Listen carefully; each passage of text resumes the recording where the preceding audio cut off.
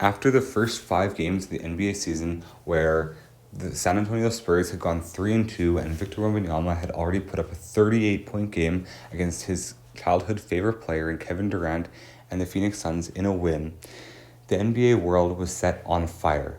And people were talking about him being an all-star in the Defensive Player of the Year candidate conversation, and he was generating a lot of hype in San Antonio, and San Antonio actually looked like a solid basketball team. Keldon Johnson, I remember, was playing pretty solid, and him and Victor Wembanyama looked like a formidable duo going forward in the NBA. But ever since then, the Spurs have lost 17 straight games and have dropped to by far the last in the Western Conference. And Wemby, while he has been outstanding on the score sheet, hasn't always produced the way that he did in those first few games. And how can we blame him? He is only a 19-year-old rookie coming into the NBA and adjusting to a totally different pace of play and a different style of game than he was used to over in Europe. But I think the biggest thing that we've noticed with Wemby is that while before the season and when he was first drafted and even through those first 5 games, people made it seem like he didn't have any flaws. The biggest thing that I've noticed is that there is still things to work on with Victor Wembanyama. And I said that even from the beginning of the season. And so many people said that I was hating on him and that I was going to be wrong and that he was going to be an all-star this season.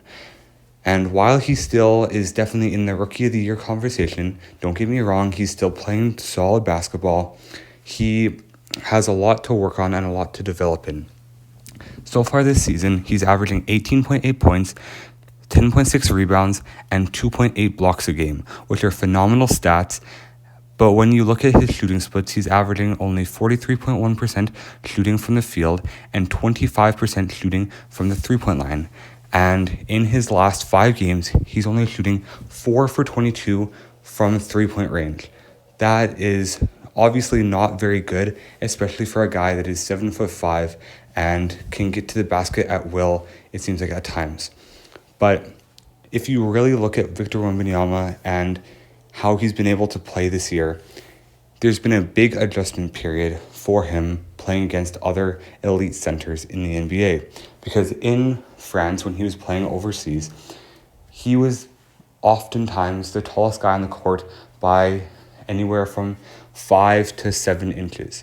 The tallest guys in those leagues are often anywhere from 6'10" to about 7 foot, which is much shorter than Victor Wembanyama is.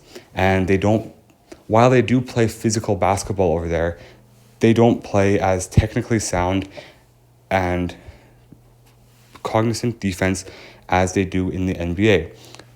And Victor Wembanyama, as I've observed him play throughout his rookie season, has had to deal with not just being able to get to the rim at will and not being able to just get off any shot at the rim. And because of this, that is why his field goal percentage and three-point percentage have gone significantly down, because instead of taking a high percentage of his shots at the rim, he is instead taking tough contested fadeaways against guys that are, while not his height exactly, much closer to his height in a guy like maybe Kristaps Porzingis or another guy that is around 7'1", 7'2", or 7'3".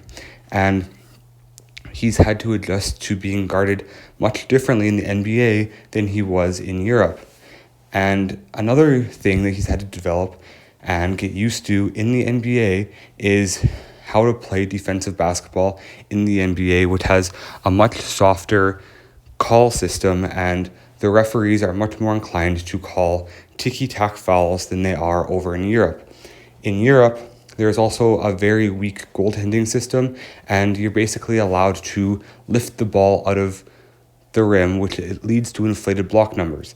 And while Victor Wembanyama is still averaging 2.8 blocks in the NBA, and that is incredible, especially for a rookie coming in his first year, he still has to adjust to how to play defense in the NBA properly, because over in Europe, you're allowed to play a lot more physically, and you're allowed to bump and bruise and get really more physical in the paint. But in in the NBA, you have to adjust to being able to play defense with your hands more straight up and be able to deal with those ticky-tack calls. And early in the season, we've had to see him deal with a little bit of foul trouble at certain times, and that limited his minutes early on in the season. Now, he was able to bounce back a lot more and has stayed out of significant foul trouble in most games throughout this rookie season. But I think the major thing that I've noticed is that we can't put expectations on a 19-year-old kid that we did on Victor Wembanyama, because, as I just mentioned, he has had a lot to work on and develop in the NBA and is still working on that.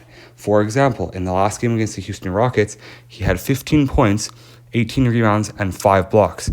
On paper, that's an exceptional game, but he only shot 1 for 6 from the three-point line and 7 for 15 from the field. Now, while 7 for 15 from the field isn't an awful stat line, 1 for 6 from the three-point line is, especially for a guy of his size. When you're Victor Wembanyama's size, even though you can shoot the basketball at a high percentage, when you haven't made a couple of them, you have to go downhill and start taking more shots in the paint and maybe short jumpers to get your jump shot going. And when you look at what Victor Wembanyama is doing, he's settling for a lot of jump shots. He has to learn to be more aggressive and also how to play in the post in the NBA.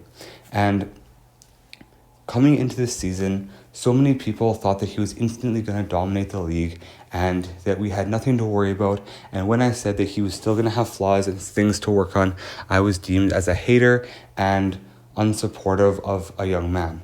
But in reality, I just have seen so many players over the years be compared to a LeBron James or a Michael Jordan or a Kevin Durant and end up flaming out and not playing well. And while I didn't want that to happen to Victor Wembanyama, I didn't want to put too many high expectations on him and have him burn out because of all the pressure and expectations that were placed upon him. And for the most part this season, he has not done that, and I'm very happy for him with how well he's been playing. But obviously, he still has things to work on. And I think there's a toxic theme in NBA fandom and in the NBA world that expects a player to come in as the number 1 overall pick, and when we talk about a generational talent, we expect them to be a player like LeBron James was in his prime or like Kevin Durant was in his prime.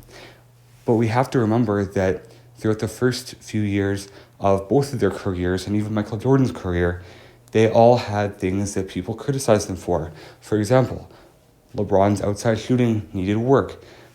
Kevin Durant needed to bulk up. And Michael Jordan wasn't seen as a winner. But they all ended up being top players of all time, probably top 15 players of all time, including Kevin Durant.